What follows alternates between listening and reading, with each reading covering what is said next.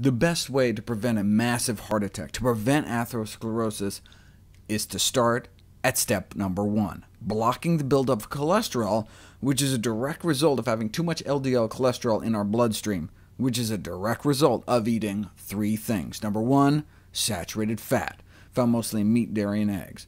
Number 2, trans fat, found mostly in processed junk and animal products in the American diet. Number 3, the consumption of cholesterol itself from meat, dairy, and especially eggs.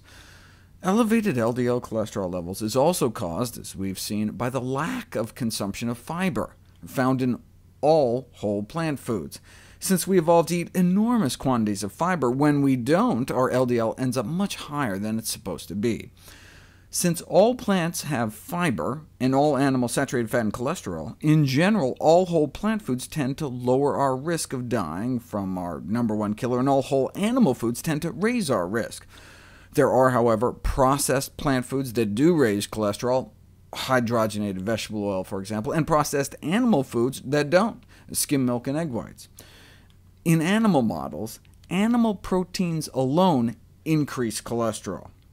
But in people, it's more the animal fat and cholesterol, or at least in adults.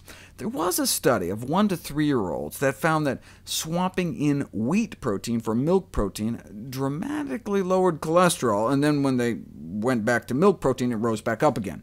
But as the researchers admit, they couldn't completely control for the cholesterol. The use of the milk protein casein precludes the preparation of a cholesterol-free diet. Cholesterol and animal products go hand in hand.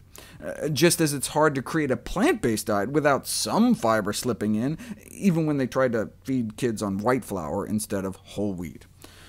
Bottom line, to block that first step of heart disease, we need to eat more plants, less animals, because that means more fiber and less saturated fat and cholesterol.